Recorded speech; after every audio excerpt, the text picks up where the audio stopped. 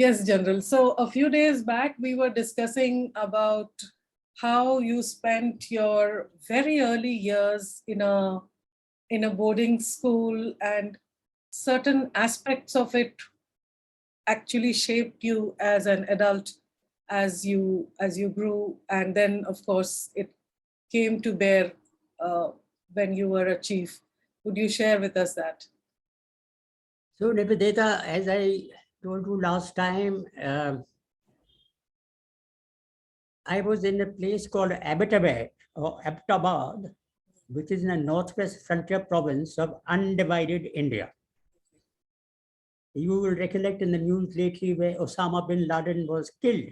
Right. In that town. It's near the hill station of Murray. It's in the early mountainous area of the border between erstwhile undivided India, or now Pakistan, and Afghanistan. A lot of tribal people, etc. over there. So my father was posted there as a major, the second in command of the military hospital under a British commanding officer. And my father was a very strict disciplinarian. He had been commissioned in the British Indian Army in 1916, and therefore had attended World War I as a captain. And then in between, he was posted in the Northwest Frontier Province in the 1920s. And then he had also participated in World War II before India became independent. Now we are talking of the year of about 1934, 35, 1936, that time in Abbottabad. And as I explained, I was 6 years old. I was born in 1930, so 1936, I was about 6. My father had sent me and my next slightly elder sister to a local school run by a Scottish lady to try and teach us English, which we were finding it some difficulty to learn. Other than that, there was no other schooling, except for whatever instructions my father or mother used to give me at home. See? Now, I'm the youngest out of 5 children. So there were 2 eldest brothers. The eldest being Major Somnath Sharma, who was killed in action in 1947, November the 3rd, and got the highest decoration that India could provide, called the Paramveer Chakra. So he was my eldest brother. He's about 8 years older than I. And then there was the next brother who also later joined the army and retired as a lieutenant general. He's still alive. He's about 98 years old. And he's living upstairs in this house of ours. And then there are 2 sisters. One, eventually, her husband became a brigadier before he retired. And the second one, her husband became a major general before he retired. So you'll notice it's an entirely military family. Now, at the age of about 5 or 6, my father told me that you have to go to boarding school. The reason for that is that father was always involved in the Northwest frontier and going abroad for various duties. And in the British days, if a father went abroad, I mean, if a soldier went abroad, they didn't bother about the wife or the children. In our country today, right, we get what is known as separated family accommodation by the government, which we pay a small rent. And therefore, if a soldier is posted to a field area, as it is called, or an operational area, then the wife and children can stay in a cantonment somewhere, looked after by the local military people. But in the British days, there was no such thing, and they couldn't care less what happened to the family. And so father said that he had sent his 2 eldest sons to boarding. Both of them were sent to boarding at the age of 4 because father was involved in operations. And my 2 sisters were at home. He wanted to wait for the girls to go a little older before he sent them to boarding, which he did eventually. And I was sent off at the age of 6. Now, from the Abbottabad railway station, one had to catch the train to go to Rawalpindi, which is near Islamabad today, where the location of the government of Pakistan.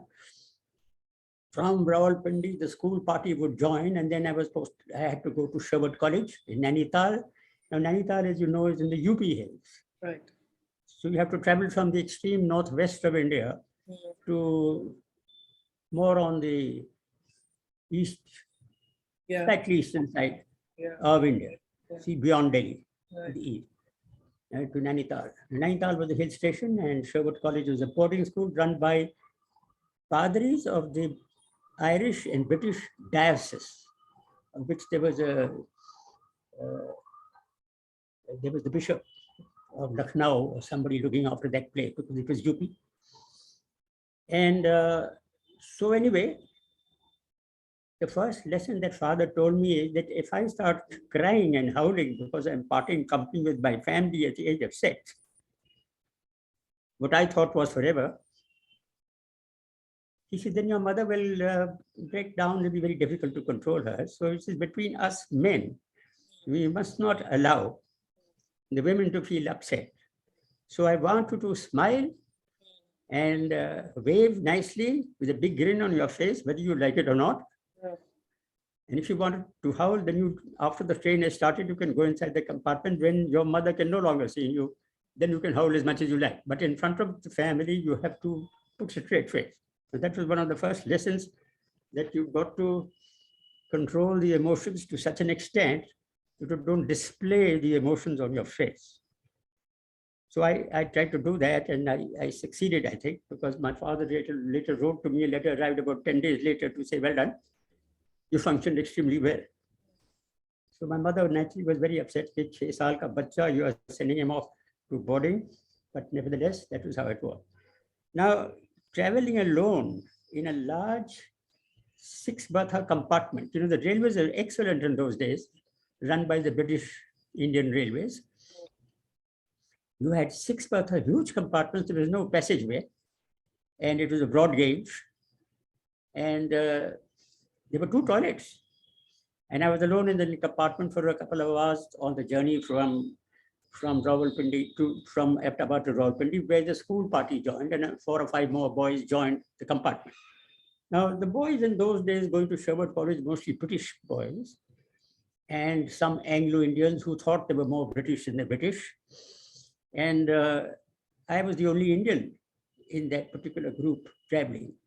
Indians were not thought highly of, because we were a subject nation, and we were supposed to be the black people, and we were supposed to be incompetent, and our religion was supposed to be very bad, and Christianity was supposed to be the religion that everybody should follow, and the masters and everybody else were Christian, so Protestant, and the boys also had learned from their parents to treat Indians with a large amount of contempt.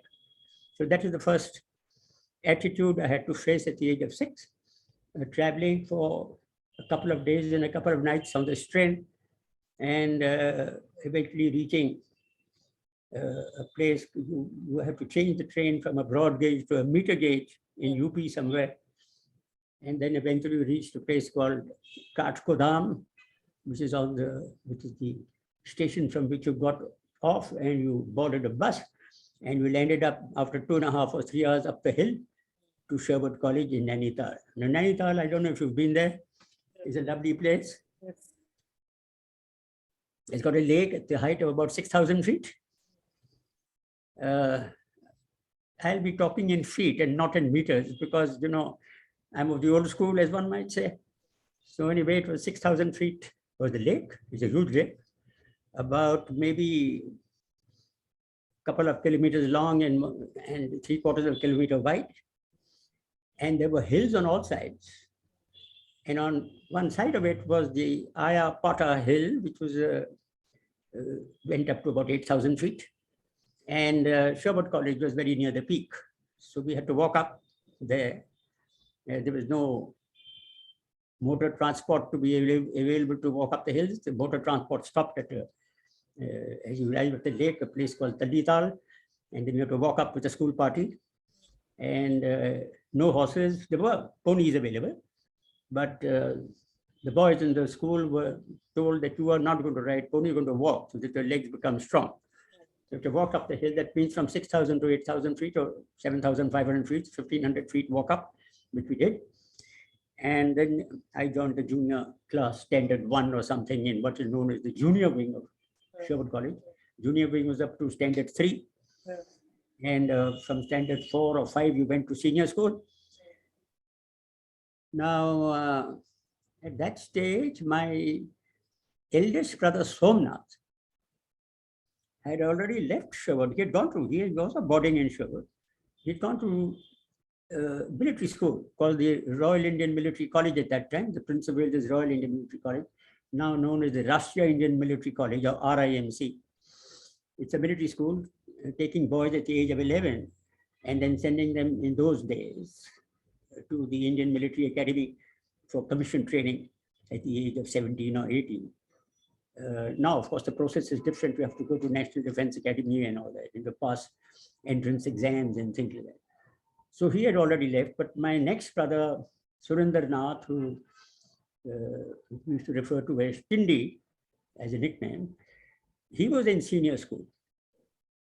But since he was very senior and he was about to leave the school in a year or two, he was the house captain actually. And I was in the same house. Houses are, divisions in the school. Since it was known as Sherwood College, Sherwood is the famous forest. I don't know if you read about Robin Hood and his merry men. Yes. So the houses were named after the merry men of Robin Hood. So there was a Robin Hood, and there was a Friar Tuck, and there was a Little John, and there was a Alan Adale. Yeah. And I was in Robin Hood, and so was my brother Tindi, but he was the boss. You see, he was the house captain, and so he didn't condescend to speak in a familiar tone to the younger brother who's a non-entity in the junior school. So there's not much support coming from that side. Right. I have to fend for myself. Now, there are some lessons that I'd like to convey to you that one learns at the age of 6. The first thing is that because you're an Indian, you're very weak and small compared to the big, tough European British boys or the tough Anglo Indian boys, because Anglo Indian, as you know, sons of a mixture between maybe an Indian wife and a foreign husband. And most of them were in the railways. And their parents were engine drivers and guards, and went up quite high in the military and in the railways. They were very keen. They're bold people. As a side, I must tell you that the crossbred person, it turns out to be a very bold and physically tough person. Oh, okay. Yeah, because as you know, when you're crossbreeding horses or dogs or whatever, you notice that the crossbreeding is very essential. Right. Otherwise, the product of the child is not that good if you keep breeding within the same family, sort of thing. See, so crossbred people are strong. They are tough physically, and their brains may not be that good, but whatever, they are very bold people.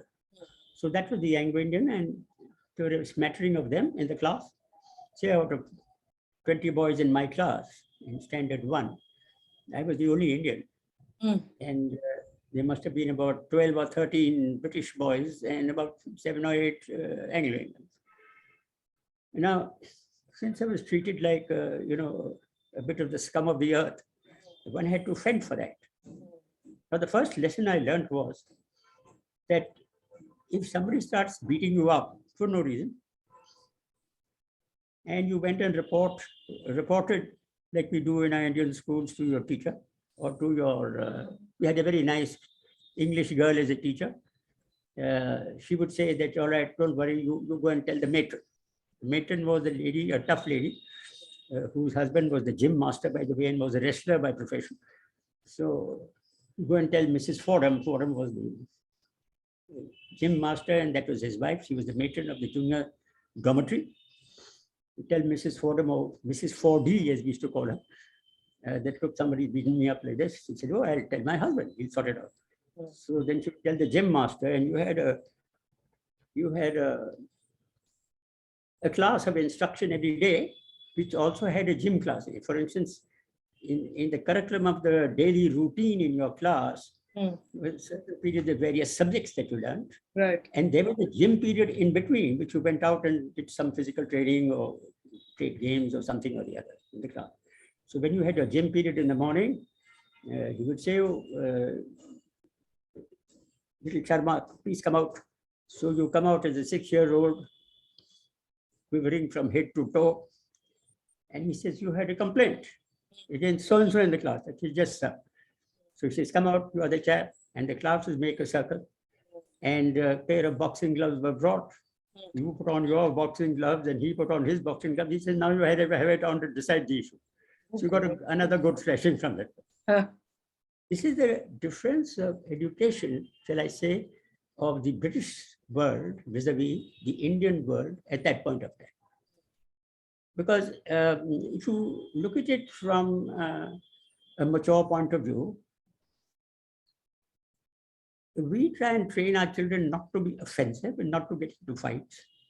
And in our schools, if somebody makes a racket or starts fighting or doing something, he's punished if he's reported to this class teacher. In British schools, there's no such thing. If you report something, that means you're called a sneak. Okay. You know the word sneak. You're sneaking about somebody, telling somebody superior about somebody else. They took a very dim view of that. So the very fact that you sneaked went against you. In other words, you had to fend for yourself. Right. So if you have to fend for yourself, then what is the option? You get a bit of a thrashing here and then. So either you take it, or if you sneak, you take it again. So you learn to, what shall I call, toughen out. Toughen out means mental toughness and physical toughness. Right. And you learn to take a thrashing. Right. Okay. And now the experience that I wanted to convey to you here, again, age of 6, that we had sweets and things sent from our parents, right, to keep us happy. My mother used to make very good besan ka barfi. Yeah. So a box of besan ka barfi used to arrive by post. And this used to be promptly taken over by the matron of the dormitory. And because they did not want children to gorge on things like sweets and all that sort of thing. British boys never got anything. It's mostly the Indians who got it. There were 1 or 2 Indians in every class. So then she used to keep this in a thing called a special room, which is in the attic of the dormitory. Okay. Double-story attic on top of the attic. You were allowed to go twice a week. So if it was besan ki barfi and you went there and said, I want to have some sweet, she'd allow you 1 piece. Okay. Which you could take away and which you could eat, but you couldn't have it more than twice a week. Okay. That kept you under control. And by the way, the food in those boarding schools was very poor. If you had eggs in the morning, they probably cooked at about 2 in the morning or 3 in the morning, which is a massive school, about 350, 400 boys, senior and junior. We all went to the dining hall. And when you got your pair of fried eggs, you could turn the plate upside down. It would still adhere to the plate. And not very tasty, but anyway, that's all you got. And since you were a very hungry person, the going to your tuck room, as it was called, to take a little bit of sweet was a very important procedure.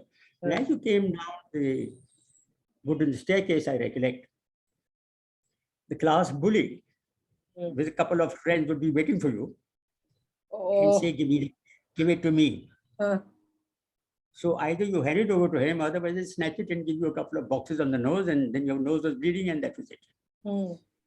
So I noticed that happening not only to me, but to 1 or 2 other boys. One was a boy in 1 class higher than me, and another boy and another Indians who were also weak and small and had to bear with this procedure. So I said, what is to be done about this?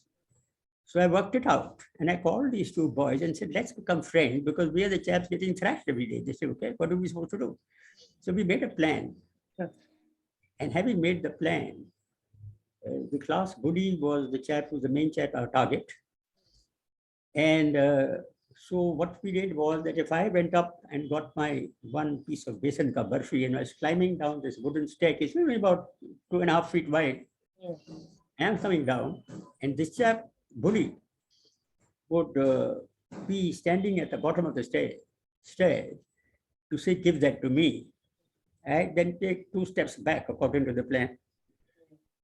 And the chap would take 2 steps up the staircase so that she was now constrained by the banister on one side and the wall on the other, 2.5 feet, right? Then I'd hold out my hand and he would reach out. Yeah. And I'd take another step back so he reaches out more, so it's a little imbalanced. Yeah. And then the two friends with whom we'd made the plan, the Indians, would catch hold of one leg each of this chap and pull it so that he lost his balance and fell on his face onto the staircase. And then I would come and give him a kick on the face from the top. So like that, three of us would beat up the fellow. And the trouble with the bully is that he's stronger than you and he takes advantage of the fact that you are afraid, right? But if you give it back to him, he really doesn't want to be hurt. Can't take it. Right. Since the Indians used to get a lot of thrashing, we were quite used to getting thrashed. Nose bleeding and a few bumps and you couldn't complain because if you did, you got another one. And so that toughened us up. But as far as the bully is concerned, she was not used to getting a hard few knocks on his face or on his body. Right. And once he had that, he would settle down and wouldn't disturb us again. He would threaten him that if you do this again, you're going to get thrashed by all of us together. So the lesson that one learned here, Nivedita, is that if you have to face up to a disadvantageous position, right, get a few friends, make a plan, but give it back. The principle is here, you may get 10 blows, but if you give one tight blow back, the other guy will think twice before taking you on, because a very strong person or a bully is not used to getting a few boxes on the face. right. Now, if we relate this to India's position with, let us say, China, not that we should fight China, I think we should make friends with China, because they are doing their thing according to what they think is right. Right. And we are doing our thing according to what we think is right. To take our northern border, for instance. How do we defend this border against a nation which is 10 times our size, both in the economy as well as in the military? Right. Right. So now the point here is that you have to be prepared to give it back. So it is difficult to explain to a rather, what shall I call it, backward to be forward previous governments at a high level, to explain to them that unless you give it back, you're going to get beaten up. Right. Now, if you notice what India has been through for the last maybe 70 years, is weak governments at the center who are afraid of mixing into military activity because they might get a good thrashing. Right. See, first with Pakistan, where a lot of terrorism takes place.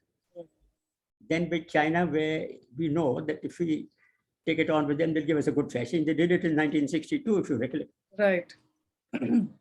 Is to teach us a lesson. So now you have to be strong enough to make plans in such a way that the terrain, that the area that which you function, reference that staircase. Right. Where the enemy is confined. Right. Now, for instance, in our northern border, we are very lucky. The great Lord above us has given us a great Himalayan barrier. You cannot cross this barrier militarily. You can cross, a human being can cross anyway. But to support a large force, you have to bring artillery, bring more reserves, bring more infantry, be able to use aircraft and so on. You cannot just have 10 men and a dog coming across and hoping to get success. You have to have a lot of build-up at the back. That build-up requires a road. And that road has to go through the mountain passes. Right. That means if you defend the passes are narrow. There are huge mountains on both sides. So it's a confined area. Right. But that is especially in the rest of the border that's in the central India and eastern India. In Ladakh, it's more open territory, right? So that's why you'll notice that the Chinese have occupied certain areas in Ladakh, which we claim are ours, but which they claim are theirs. Right. Where the area is flat. Now, where the area is flat, you have to you have to have more military forces Right. to match, which, as you notice in the latest time, we have done that. Because this present government is more, what shall I call it, has got more guts, shall I say, or shall I say that they're not prepared to take a thrashing. Right. And if they get a thrashing, they want to give it back, which is what we want in the military. Right. It took us a long time to try and explain this to people like Prime Minister Manmohan Singh, for instance, or the Gandhian nature of non-violence. Now, let me digress a little here, because to explain this point, one has to see all sides of it. If you examine the non-violence of Mahatma Gandhi, it was because he had to face the Indian Army and the British Indian Army, rather. Right. If the police could not control his agitation. Right. If you use violence, you'll get machine gun fire and be killed. Simple. There's no method of dealing with a military force unless you yourself have a large military force. Subhash Chandra Bose had to do that. But then he was in a foreign country. Right. He had to enter India to bring his little army, and he had a very small army. Right. He was leading on the Japanese army to come in, and the Japanese got defeated in Manipur and Nagaland when they entered the borders of India by the British Indian forces. So now, how do you meet with a British Indian army under the British flag? Who, the Indian soldier is a very interesting person. Right from ancient times, he's a very good soldier. But he is not a namak haram, if you understand that word. Right. Right. In other words, the person who's his boss, he gives him his loyalty. Right. How do I give you another example? Let us take the Mahabharata, for instance. Right. Right? So what happens in the Mahabharata is that before the Great War starts, people realize that the king of Gujarat, that is the Lord Krishna himself, is a very powerful man with a very powerful army. So both Duryodhan of the Kauravas, if you're with me, and Arjun of the Pandavas landed up in Dwarka, the headquarters of the Lord Krishna, to request his support for the battle. Right. Now this story is in Mahabharata. So the Lord was sleeping, and Arjun came first, and because Arjun had a lot of respect for the Lord, he stood at his feet. And then Duryodhan arrived, and since he was a man who considered himself superior to all else, he stood at the Lord's head. So when Krishna opened his eyes, he saw Duryodhan. And he asked Duryodhan, what can I do for you? So Arjun spoke up from the bottom part of the bed and said, just a minute, sir. I came here first. You should ask me this question first. So the Lord said, no. I saw Duryodhan first, so maybe let him ask the question first. So said, Duryodhan, what do you want? So Duryodhan said, I want your support for the Mahabharata war that's coming up. So then the Lord turned to Arjun and says, what do you want? He says, I also want your support for the coming back.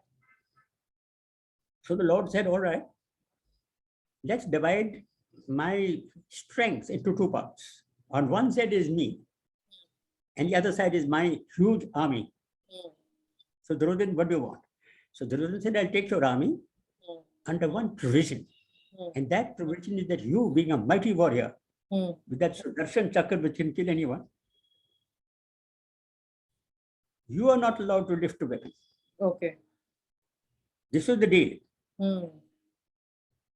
So then when the Lord asked Arjun, what do you think about that? He says, Lord, that's fine. I don't want your army, I want you. So now Lord Krishna's army was handed over to the Kauravas. Now the point I'm making here is not the spiritual point, Right. but rather the military point. And what is that? The military point is that this army of Lord Krishna, which is trained by the Lord Krishna, and he's their boss, he's their king. Once it is ordered to serve under the flag of Duryodhan, they have fought against him during the Kaurav war, against their own king, because that is their order. Right. And now that shows that even in the ancient time, the loyalty of the Indian soldier, that he functions according to his orders, and he functions as per his flag that has been given to him, that he fights to fight under. Right. So if it's Duryodhana's flag, then right, the whole of Lord Krishna's army is fighting against their own king. Now nobody looks at it from this side, but I, being a soldier, look at it from the military point of view. Therefore, in the British Indian Army, when the revolution, when the desire for independence precipitated amongst our politicians and people, don't for a minute think that the Indian Army also was antagonistic to that and supported the British, not at all.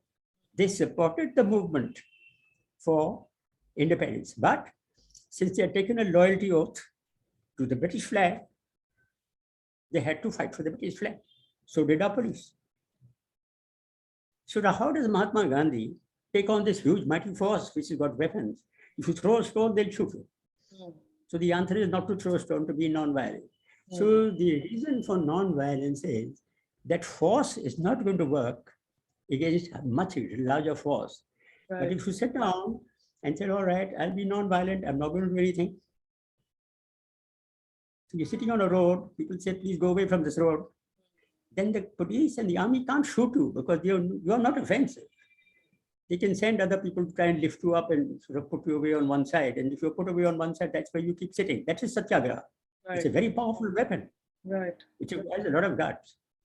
But as a corollary to this, what I must tell you is that if you follow this procedure, the other side thinks you're weak. Right? Because you don't have a military force. You see? So they don't take much notice of what you're wanting. Now let's go on from here. Did non-violence get us our independence?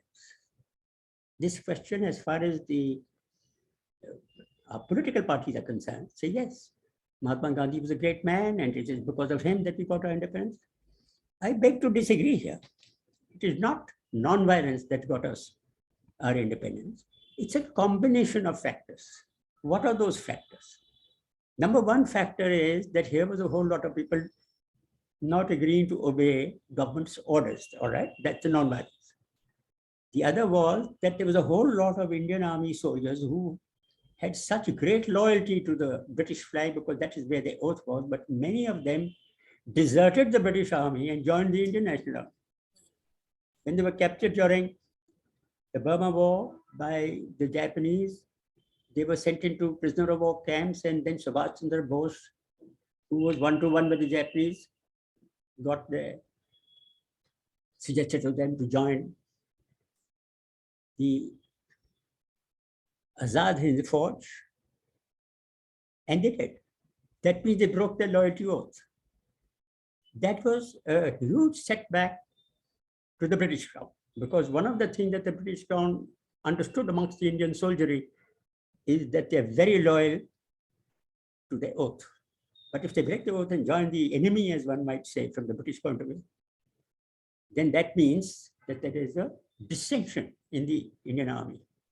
The second point is that large number of officers who had reached the rank of brigadier and had fought in World War II, they had experienced battle and found themselves superior to the tactical command and control of troops as opposed to the British officers whom they had served. See? I'll give you a few names. Timaya was one. There was a chap called Brigadier Sen was another. There was a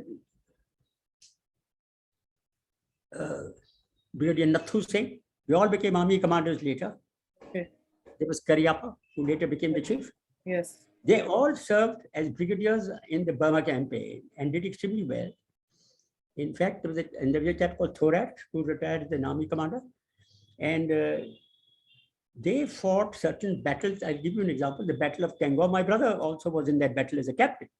Tamaya was his commanding officer in the 419 Saitalbad Regiment, which later has been named as the 4th Command. And this loyalty to their soldier and to the aim of the battle was greater than that of many British officers. many British senior officers who found that some of the British brigadiers got injured and had to be evacuated, that the Indian chaps who became brigadier after that as a lieutenant colonel to command that battle because there was no brigadier available, did far superior work. One particular battle of Tangor, for instance, this one Indian brigade killed about 20,000 Japanese. It really broke the back of the Japanese army. See? So these people came back and they told many of their superior officers. Who were their superior officers? There was Field Marshal Lord Auchinleck, for instance, who during the days after World War II was the supreme commander in India. There was Lord Wavell, who later became the Viceroy of India. And many of these brigadiers of ours had served under their command in the battle. So there was you may be a senior officer, but if you served under this